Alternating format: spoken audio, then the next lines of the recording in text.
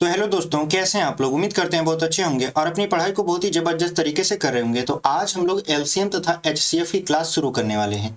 इससे पहले हम लोग साधारण एवं दशमलव भिन्न की पूरी क्लास पढ़ चुके थे। जितने भी आपके एक्सरसाइज थे, जितने भी प्रश्न बनते थे उस चैप्टर से पूरा का पूरा हमने सॉल्व कर लिया था। तो आज हमारा एक नया चैप्टर है एलसीएम तथा एचसीएफ, और इसमें हम लोग आज पहली क्लास में सीखेंगे कि आप लसा और मसा को कैसे बेहतरीन तरीके से निकाल पाओगे। तो चलिए बिना देरी के वीडियो को शुरू करते हैं। और यदि आप पहली बार हमारे चैनल पर आए हैं और हमसे जुड़कर पढ़ना चाहते हैं मैथ एकदम शुरू से, तो हमारे परिश्रम बैच से जुड़ जाइए और हमारे चैनल कंसेप्ट विद अर्जुन को सब्सक्राइब कर लीजिए। ठीक है, वीडियो पसंद आएगी तो इसे लाइक कर दीजिएगा और अपने दोस्तों तक इसे शेयर कर दीजिएगा। तो चलिए बिना देरी के वीडियो को शुरू करते हैं।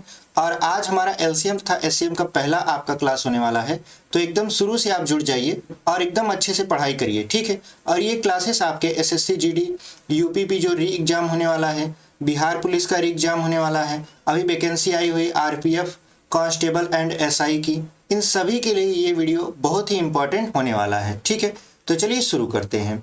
देखिए, हमारा जो पहला आपका थ्योरी क्योंकि आज की जो क्लास होने वाली है वो आपका थ्योरेटिकल और न्यूमेरिकल दोनों होने वाला है। मतलब आज हम लोग एकदम बेसिक से सीखेंगे लसा और मसा के बारे में। तो जो पहला सबसे आपका पॉइंट आता है या पहला जो टॉपिक आता है वो आता है अपवर्त। अपवर्त मतलब मल्टीपल्स। मल्टीपल किसे कहते हैं? तो देखिए, ऐसी संख्याएं जो किसी दी गई संख्या से पूर्णतया विभाजित हो जाती है, दी गई संख्या की अपवर्त कहलाती है। मतलब ऐसी संख्या जो किसी दी गई संख्या से विभाजित हो जाए क्या कहलाती है? अपवर्त कहलाती है। जैसे देखिए, 5, 10, 15 और 20 सभी संख्याएं 5 की अपवर्त हैं। क्यों? क्योंकि देखिए 5, 10, 15, 20 ये सभी किससे विभाजित हो जाएंगी? तो 5 से ये सभी विभाजित हो जाएंगी। तो ये क्या है? ये सभी संख्याएं 5 की अपवर्त हैं। जैसे यदि हम कहें कि मान लेते हैं 4, 8, उसके बाद यहाँ पे 12, यहाँ पे 16, उसके बाद 20। अगर पूछें कि ये सभी संख्याएं किसकी अपवर्त हैं तो आप कहोगे 4 की, क्योंकि ये 4 से सभी क्या हो रही हैं? विभाजित हो रही हैं। इवन ये 2 से भी कट जाएंगी। ठीक है, तो यानी ऐसी संख्या जो किसी दी गई संख्या से पूर्णतः विभाजित हो जाती है, दी गई संख्या का क्या कहलाती है? अपवर्त कहलाती है। तो उम्मीद करते हैं आपको अपवर्त क्या होता है समझ में आया होगा। ठीक है, एक एग्जाम्पल मान लेते हैं और लेते हैं।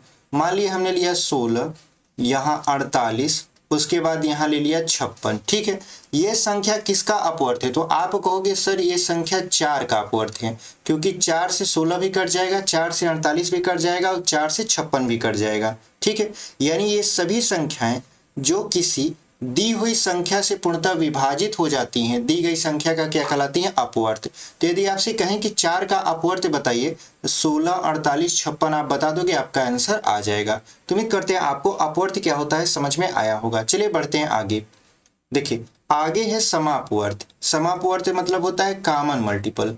अब एक तो मल्टीपल होता है जिसे हमने अपवर्त बोल दिया, एक होता है समापवर्त जिसे हम कॉमन मल्टीपल्स बोलते हैं। अब ये होता क्या है?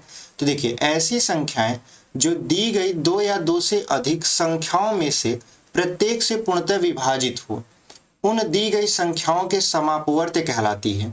अपवर्त में क्या था कि ऐसी संख्या जो दी गई संख्या से पूर्णतः विभाजित हो जाती है, लेकिन यहाँ क्या है कि ऐसी संख्या जो दी गई 2 या 2 से अधिक संख्या से विभाजित हो जाती है क्या कहलाती है? आपकी समापवर्त। जैसे अगर 3 और 5 के समापवर्त बताएं तो 15, 30 और 45 होंगे।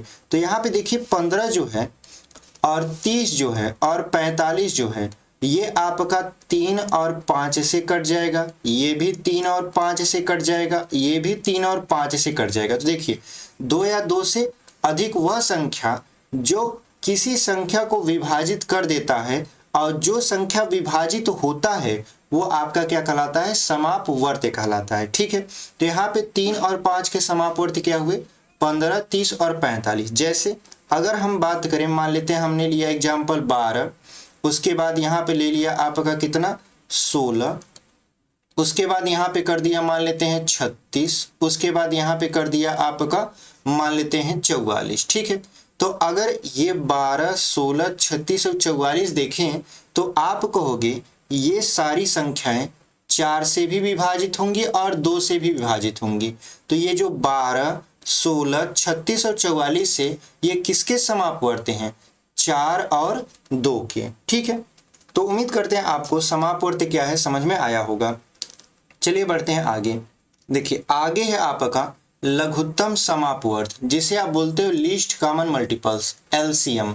ये क्या होता है? तो देखिए वह छोटी से छोटी संख्या जो दी गई 2 या 2 से अधिक संख्याओं में से प्रत्येक से पूर्णतया विभाजित हो, दी गई संख्याओं का लघुत्तम समापवर्त कहलाती है। ध्यान समझिएगा, यहाँ पर आपको ध्यान ये देना है कि वह छोटी से छोटी संख्या जो दी गई 2 या 2 से अधिक संख्याओं में से प्रत्येक से पूर्णतया विभाजित हो, दी गई संख्याओं का क्या कहलाती है? लघुत्तम समापवर्त कहलाती है। और इसको हम लोग संक्षेप में लस, इंग्लिश में एलसीएम लिखते हैं। जैसे अगर देखें 3 और 5 का समापवर्त, 3 और 5 से कौन कौन सी संख्या कटेगी? तो आप कहोगे 15 कटेगा, 30 कटेगा, 45 कटेगा।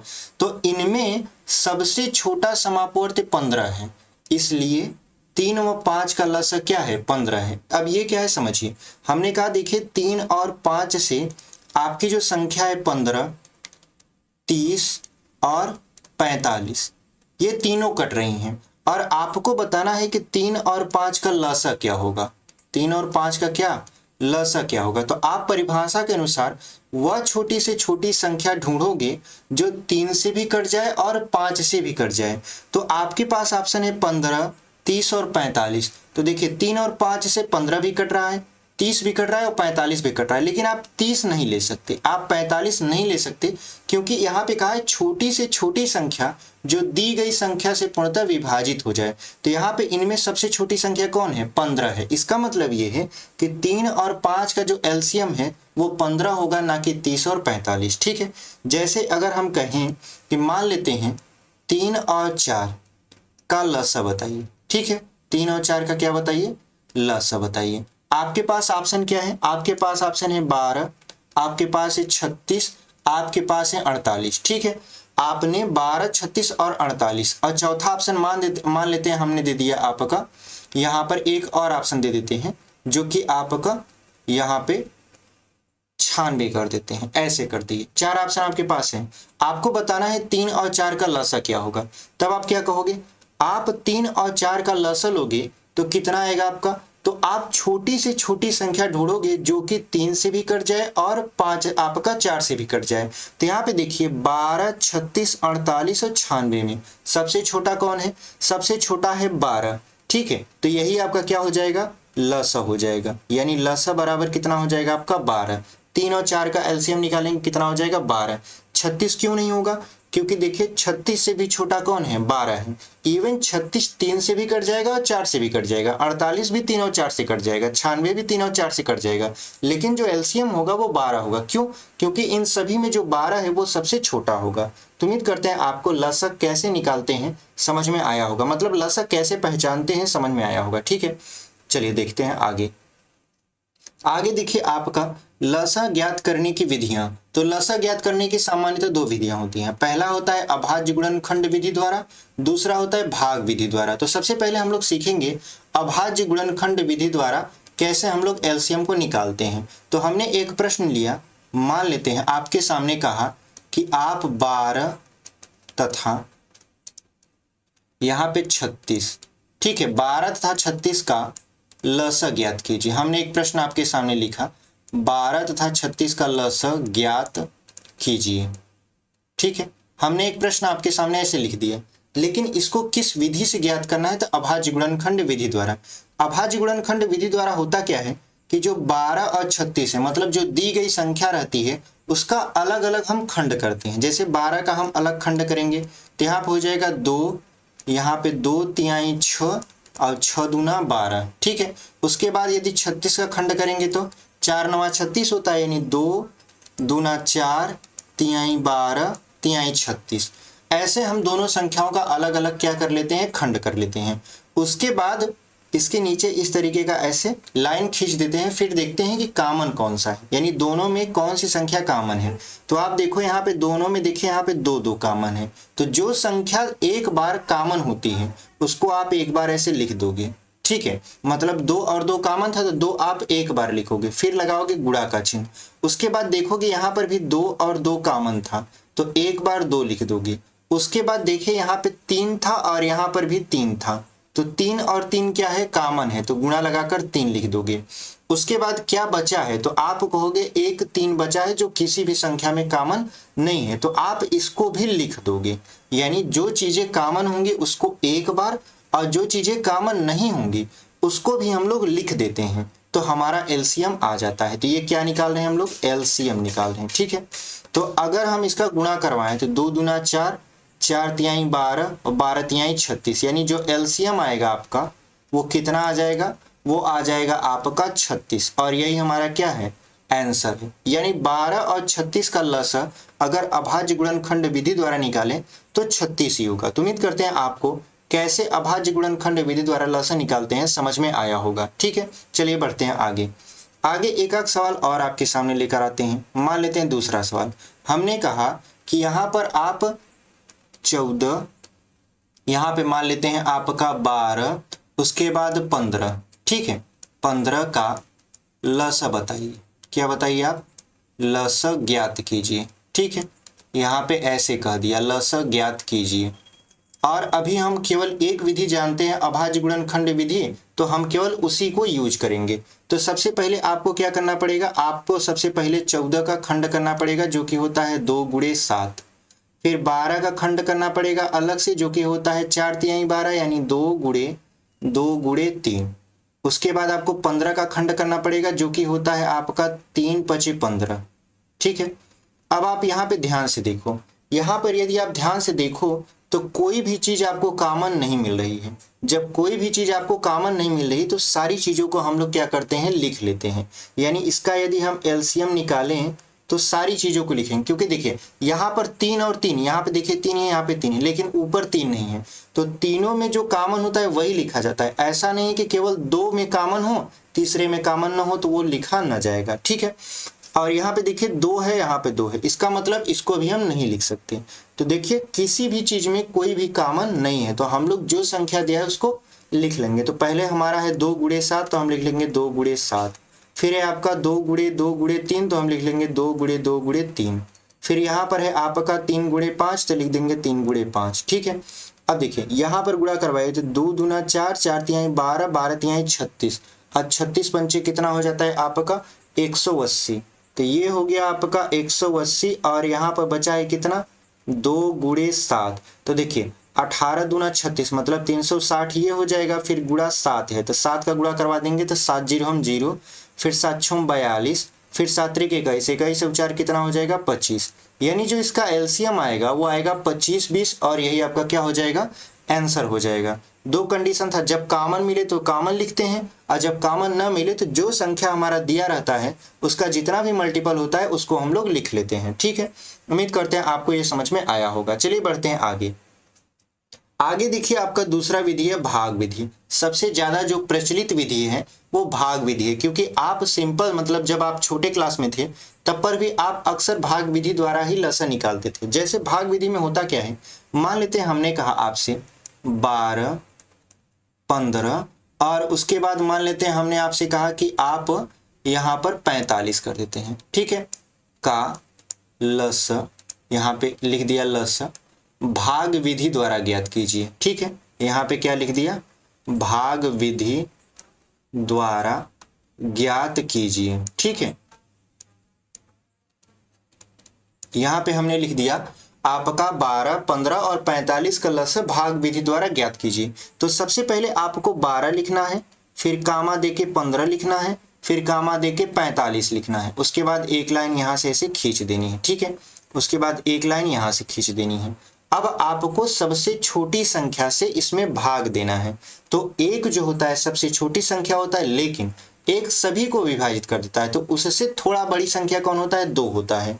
तो शुरुआत हम लोग किससे करते हैं, 2 से करते हैं। जब भी हम लसा निकालते हैं तो शुरुआत कहाँ से करते हैं, 2 से करते हैं। यदि 2 से संख्या नहीं कटती हैं तब हम 3 से करते हैं। ठीक है, तो यहाँ पे 2 से काटेंगे, देखिए 2 6 12 हो जाएगा। 15 विभाजित नहीं होगा तो 15 को एज इट इज लिख देंगे। 45 नहीं विभाजित होगा तो 45 को एज इट इज लिख देंगे। उसके बाद देखिए 2 से फिर काटेंगे तो 6 कट जाएगा, तो यहाँ पे देखिए 2 तिहाई 6, फिर यहाँ पे 15 नहीं कट रहा ऐसे लिख देंगे, 45 नहीं कट रहा ऐसे लिख देंगे। उसके बाद देखिए अब 2 से कोई भी संख्या नहीं कटेगी, क्योंकि यहाँ पे देखिए 3 है जो कि 2 से कटेगा नहीं, 15 2 से कटेगा नहीं, 45 भी 2 से नहीं कटेगा। तब हम 3 से विभाजित करेंगे, 3 से विभाजित करेंगे, यहाँ पे हो जाएगा 1 और यहाँ पे 3 पचे 15 और यहाँ पे हो जाएगा 3 एक कम 3, 3 पचे 15। ठीक है, तो यहाँ पर आप देखिए जब 1 आ जाए तो समझ जाइए कि वो संख्या पूर्णतः विभाजित हो चुकी है। ठीक है, तो अब ये वाला आपका जो काम है वो समाप्त हो चुका है, जो 3 वाला था। अब बचा है 5 और 15 को काटना, तो 5 और 15 को काटेंगे तब 5 से 15 भी कट सकता है, 5 से 5 भी कट सकता है, लेकिन हम आपका जो 15 है उसको पहले 3 से काटेंगे, यानी सबसे छोटी संख्या से काटेंगे। तो यहाँ पे पहले 3 आपका लिखेंगे।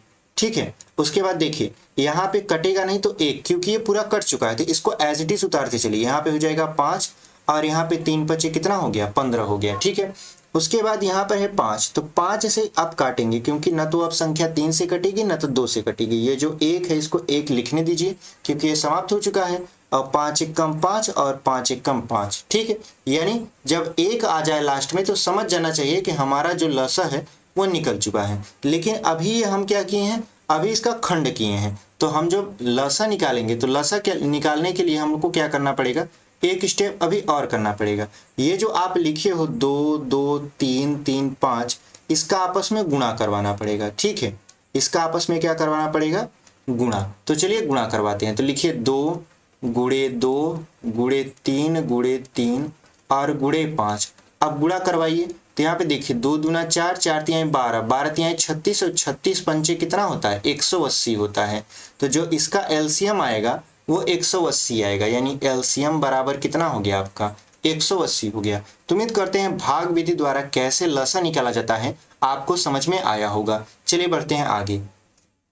आगे का प्रश्न और ले लेते हैं। देखिए मान लेते हैं दूसरा प्रश्न हमने लिया, यहाँ पे ले लिया मान लेते हैं आपका 40, उसके बाद यहाँ पे कर दिया मान लेते हैं आपका 15, उसके बाद यहाँ पे कर दिया आपका मान लेते हैं 30 कर दिया। ठीक है, अब इसका हमको क्या करना है, लसा निकालना है। का लसा ज्ञात कीजिए। ठीक है, अगर ऐसे कर दिया कि इसका लसा ज्ञात कीजिए, अब आपको क्या करना है, अब सबसे पहले 40 फिर 15 उसके बाद 30 का खंड करना है इस तरीके से। तो सबसे पहले ऐसे हम लोग पाई खींच के इसको व्यवस्थित कर लेंगे, फिर आपको 2 से शुरुआत करनी है। ठीक है, 2 से शुरुआत करेंगे तो यहाँ पे हो जाएगा आपका 20, 15 कटेगा नहीं, 30 को काटेंगे तो हो जाएगा आपका 15। उसके बाद फिर 2 से काटेंगे, क्योंकि 20 जो है वो 2 से कट जाएगा, तो यहाँ पे हो जाएगा 10, फिर यहाँ पे 15, उसके बाद यहाँ पर है 15। ठीक है, उसके बाद फिर 2 से काटेंगे, क्योंकि 10 2 से कट जाएगा, तो 2 पंचे 10, फिर यहाँ पे 15, फिर यहाँ पे 15। अब 3 से काटेंगे, क्योंकि देखिए 15 पहले 3 से कटेगा बाद में 5 से कटेगा, तो 5 को एज इट इज लिखिए क्योंकि ये कटेगा नहीं। 3 पचे 15 और 3 पचे 15। फिर देखिए अब बचा है लास्ट में 5, तो 5 को काट दीजिए, तो 5 एक कम 5, 5 एक कम 5, 5 एक कम 5। जब 1 आ जाए तो समझ जाइए कि हमारा जो लसा है वो आपका आ चुका है। तो जो हम एलसीएम निकालने वाले हैं उसके लिए क्या करना पड़ेगा, ये जो खंड किए हैं इसका गुणा करना पड़ेगा। तो लिखेंगे 2 गुणे 2 गुणे 2 गुणे यहाँ पे 3 गुणे 5, तो यहाँ पे हो जाएगा 2 दूना 4, 4 दूना 8, 8 त्रिक 24, 24 पंचे 120, यानी जो इसका एलसीएम होगा वो हो जाएगा 120। ठीक है, यही आपका क्या हो जाएगा, आंसर हो जाएगा। उम्मीद करते हैं आपको समझ में आया होगा हमने कैसे एलसीएम निकाला है। एलसीएम निकालने की जो विधि है आपको समझ में आई होगी। चलिए बढ़ते हैं आगे। आगे देखिए अब है आपका अपवर्तक। अपवर्तक का मतलब फैक्टर। अभी तक हम मल्टीपल पढ़ रहे थे, मल्टीपल से हमने पढ़ा कॉमन मल्टीपल, उसके बाद हमने पढ़ा एलसीएम कैसे निकाला जाता है। अब हम पढ़ रहे हैं फैक्टर यानी अपवर्तक। उसके बाद हम पढ़ेंगे क्या, आपका महत्तम समापवर्त। ठीक है, महत्तम समापवर्त का मतलब हम लोग HCF पढ़ेंगे। तो सबसे पहले हम लोग पढ़ते हैं फैक्टर क्या होता है। देखिए ऐसी संख्याएं जो किसी दी गई संख्या को पूर्णतया विभाजित कर देती हैं, दी गई संख्या के अपवर्तक या गुणनखंड कहलाती हैं। मतलब ऐसी संख्याएं जो किसी दी हुई संख्या को पूर्णतया विभाजित कर देती हैं क्या कहलाती हैं, आपके अपवर्तक या गुणनखंड कहलाती हैं। जैसे देखिए 1 2 5 10 15 तथा 30 संख्या 30 के अपवर्तक हैं। संख्या 30 के अपवर्तक कैसे हैं? क्योंकि देखिए 30 को 1 भी विभाजित कर सकता है, 2 भी काट सकता है, 5 भी काट सकता है, 10 भी काट सकता है, 15 भी काट सकता है, इवन खुद 30 भी 30 को काट सकता है। ये जितनी भी संख्याएं आपकी लिखी हैं ये सभी क्या हैं? ये सभी फैक्टर हैं, अपवर्तक हैं। ठीक है, जैसे अगर आपसे कह दिया जाए कि आप बताइए 45 के अपवर्तक, आप 45 के अपवर्तक बताइए, तो आप क्या कहोगे?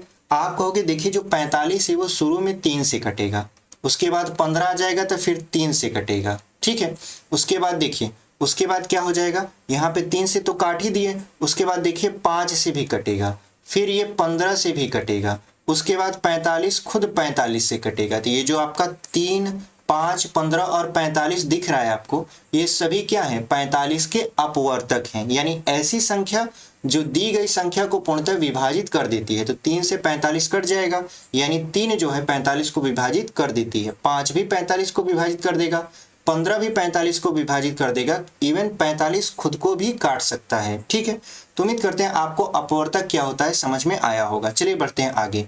आगे देखिए है आपका समापवर्तक, कॉमन फैक्टर। ठीक है, कॉमन फैक्टर क्या होता है?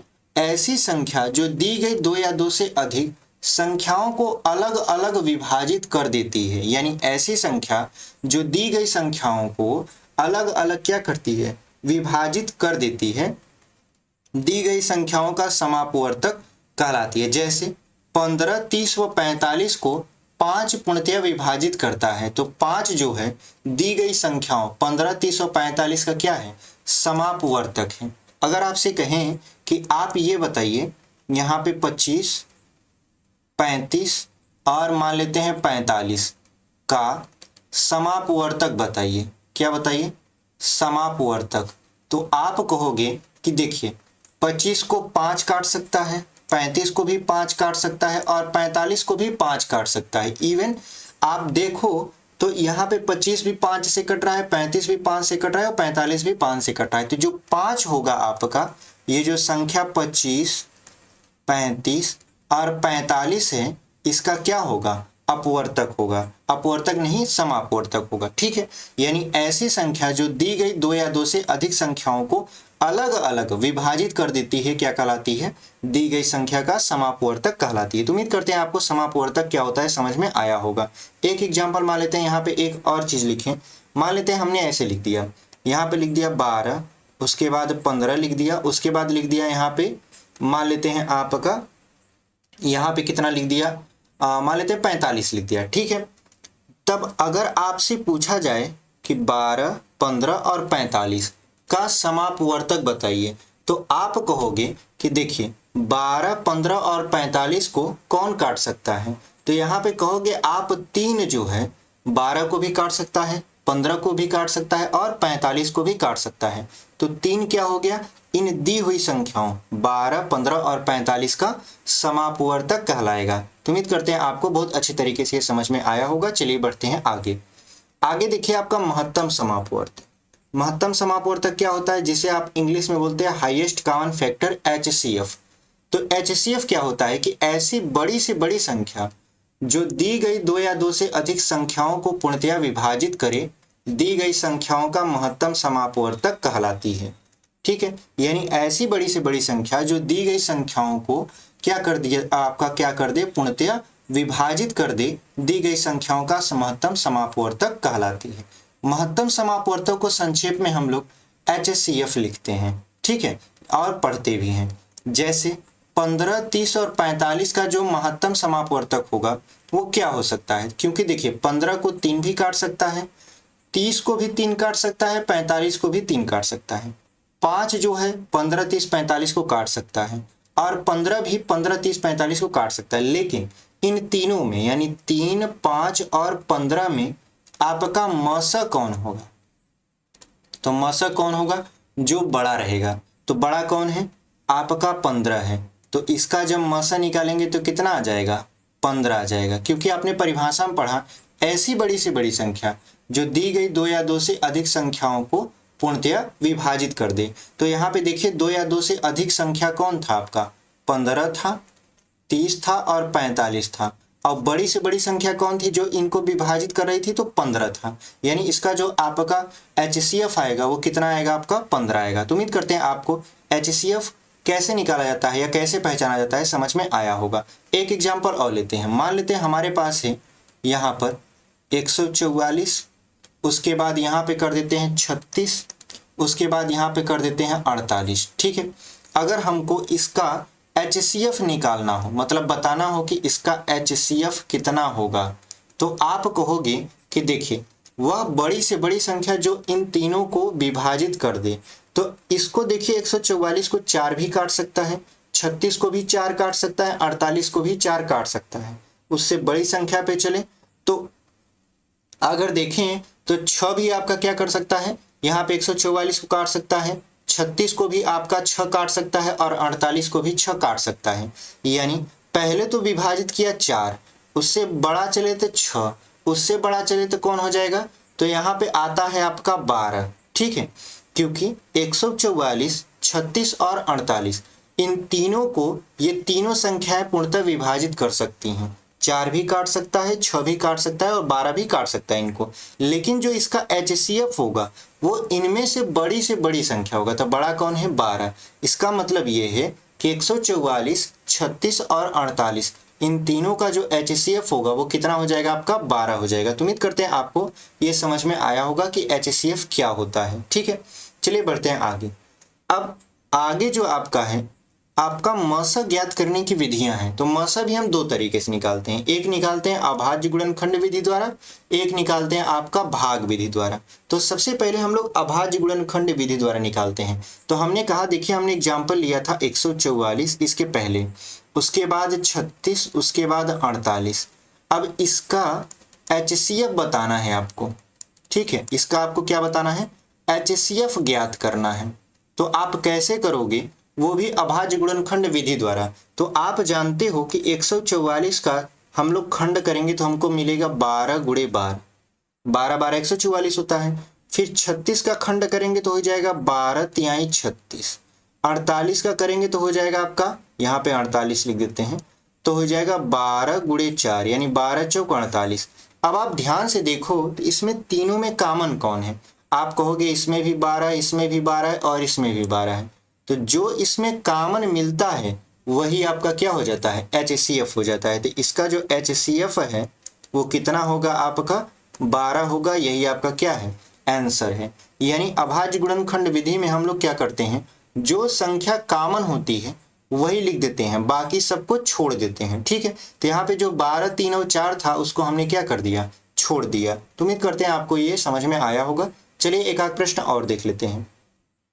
देखिए एक प्रश्न हम और लेकर आए हैं आपके लिए। मान लेते हैं हमने क्वेश्चन नंबर दूसरा आपके सामने लिखा कि हमको आपका 46, 56 और यहाँ पर 12 का HCF निकालना है। क्या निकालना है, HCF ज्ञात करना है। और हमको एक ही विधि पता है, वो भी अभाज्य गुणनखंड विधि। तो आप कहोगे कि आप 46 का पहले खंड कर लीजिए। तो हम कहेंगे 23 दूना होता है 46, यानी 2 गुणे हमने लिख दिया 23। उसके बाद 56, तो 56 को आपने लिखा, देखिए 7 8 56 होता है, तो आपने कहा 2 गुणे 2 गुणे 2 गुणे 7 कर दिया, क्योंकि देखिए 2 दूना 4 दूना 8 7 56। उसके बाद जो 12 होता है तो 4 तिहाई 12 यानी 2 गुणे 2 गुणे 3 कर दिया। अब देखिए इन सभी में कॉमन क्या मिल रहा है आपको, तो आप कहोगे देखिए 2 यहाँ पर भी है, 2 यहाँ पर भी है और 2 यहाँ पर भी है, बाकी किसी में 2 नहीं है। क्योंकि यहाँ पे देखिए 23 है, यहाँ पे 2 गुणे 2 7 है और यहाँ पे है 2 गुणे 3, कोई भी चीज आपका कॉमन नहीं है। तो जो कॉमन है वो है आपका 2, तो वही हमारा क्या हो जाएगा, HCF हो जाएगा। तो यदि हम HCF की बात करें तो यहाँ पे कितना आ जाएगा, 2 आ जाएगा, और यही हमारा क्या है, आंसर है। तो कैसे हम लोग अभाज्य गुणनखंड विधि द्वारा MSA को निकालते हैं, उम्मीद करते हैं आप इससे समझे होंगे। चलिए बढ़ते हैं आगे। आगे देखिए आपका दूसरा जो विधि है, सबसे ज्यादा प्रयोग किया जाने वाला भाग विधि। जैसे हम लसा निकालते हैं तो भाग विधि से निकालते हैं, वैसे जब MSA निकालते हैं तो इसको भी भाग विधि से निकालते हैं। जैसे अगर हमसे कह दिया जाए, मान लेते हैं यहाँ पर 144 और 256 का HCF निकालिए। ठीक है, HCF ज्ञात कीजिए। अगर ऐसे प्रश्न आपसे कर दे तो आप क्या करोगे, जबकि आपको केवल और केवल भाग विधि आती है।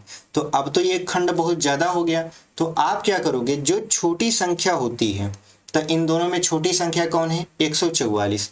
तो जो छोटी संख्या होती है उससे भाग देते हैं बड़ी संख्या में। तो हम लोग भाग देंगे 144 से 256 में, ठीक है। तो कितनी बार जाएगा, तो एक बार जाएगा, क्योंकि 14 दूना 28 हो जाएगा। तो यहाँ पे 144, तो यहाँ पे आ जाएगा 2, यहाँ पर 1 और 1। ये जो शेषफल बचा है, इस शेषफल से फिर जिससे हम भाग दिए थे शुरू वाली संख्या, उससे फिर भाग देते हैं, यानी उसमें भाग दे देंगे। तो हमने शुरू में भाग दिया था 144 से, तो 144 आपका में फिर भाग दे दिए शेषफल का। तो ये कितनी बार जाएगा, एक बार जाएगा, तो हो जाएगा 112। अब देखिए इसको जब घटाएंगे आप, तो यहाँ पे आ जाएगा 2, यहाँ पर आ जाएगा 3, ठीक है, यानी ये 32 आ गया। अब 32 आपका शेष बचा है, तो 32 का फिर आप क्या करेंगे, 32 से भाग करेंगे जो आपका 112 है। तो 112 से हम लोग क्या कर देते हैं, आपका 112 में भाग कर देते हैं। तो यहाँ पे देखिए 4 बार ले जाइए, 4 बार में नहीं 3 बार में।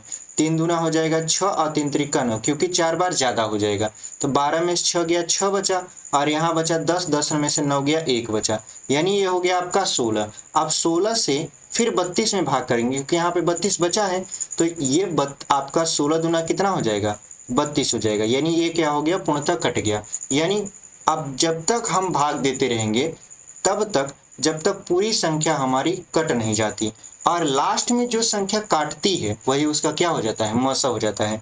तो लास्ट में कौन संख्या विभाजित कर रही है आपकी, 16, यानी लास्ट में जो 16 है वो क्या करती है, पूरी संख्या को विभाजित कर दे रही है। इसका मतलब जो HCF होगा इसका, वो हो जाएगा आपका 16, ठीक है। यानी वह लास्ट संख्या जो दी गई संख्या को पूर्णतः विभाजित कर देता है, क्या कहलाता है, आपका HCF कहलाता है। तो भाग विधि से हमने कैसे ज्ञात किया HCF, उम्मीद करते हैं आपको ये समझ में आया होगा। चलिए बढ़ते हैं आगे, एक प्रश्न और देख लेते हैं। यहाँ पे मान लेते हैं हमने दूसरा प्रश्न लिया, मान लेते हैं हमारे पास है आपका 244, ठीक है।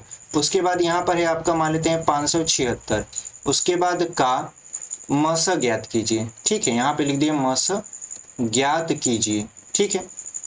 अब देखिए यहाँ पे 244 और 576 का हमने क्या किया, मस ज्ञात करने के लिए आपको कह दिया, वो भी भाग विधि से। तो आप क्या कहोगे, जो संख्या छोटी है उससे भाग दोगे बड़ी वाली संख्या में। तो यहाँ पे 244 छोटा था, तो इससे भाग करोगे किसमें, 576 में। तो देखिए यहाँ पर ये दो भाग आपका 2 बार में चला जाएगा, तो यहाँ पे हो जाएगा 8, यहाँ पे हो जाएगा 48। 16 में से 8 गया, 8 बचा, यहाँ पे 16 में से 8 गया, 8 बच गया आपका 88। तो 88 शेषफल बचा है, तो 88 से फिर भाग करोगे किसमें, 244 में, ठीक है। तो यहाँ पे ये 2 बार में जाएगा, क्योंकि 3 बारियां में ले जाएंगे तो ज्यादा हो जाएगा, तो 2 बार ले जाएंगे। तो 2 8 16, 2 8 16, 1 17, यहाँ पे 14 में 6 गया, 8 बच गया, यहाँ पे बचा 13, 13 में 7 गया, 6 बचा, यानी 68। 68 से फिर भाग करेंगे किसमें, 88 में, क्योंकि यहाँ पे 88 है। तो यहाँ पे 68 एकम कितना हो जाएगा, 68 हो जाएगा, और यहाँ पे बचा कितना आपका 20। तो फिर 20 से भाग करेंगे किसमें, 68 में। तो ये आ जाएगा आपका कितना, तो आपका आ जाएगा 3 बार में 60, 20 यहाँ 60 होता है, तो यहाँ बच गया 8, 8 से भाग करेंगे 20 में, तो 2 बार यहाँ जाएगा, तो 8 दूना 16, तो यहाँ बच गया 4, फिर 4 से भाग करेंगे 8 में, तो ये 2 बार में क्या करेगा, पूर्णतः काट देगा, ठीक है। यानी वह लास्ट संख्या जो दी गई संख्या को विभाजित कर रही है वो क्या है, आपका 4 है।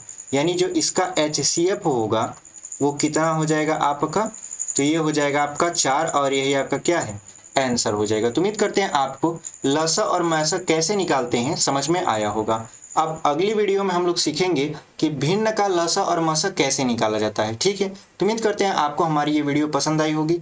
वीडियो पर अभी तक बने हुए हैं तो वीडियो को लाइक कर दीजिए, चैनल पर नए हैं तो सब्सक्राइब कर दीजिए, और पहले से जब सब्सक्राइब करके रखे हुए हैं तो वीडियो को शेयर कर दीजिए, ठीक है। चलिए मिलते हैं आपसे एक अगले वीडियो में, तब तक के लिए धन्यवाद।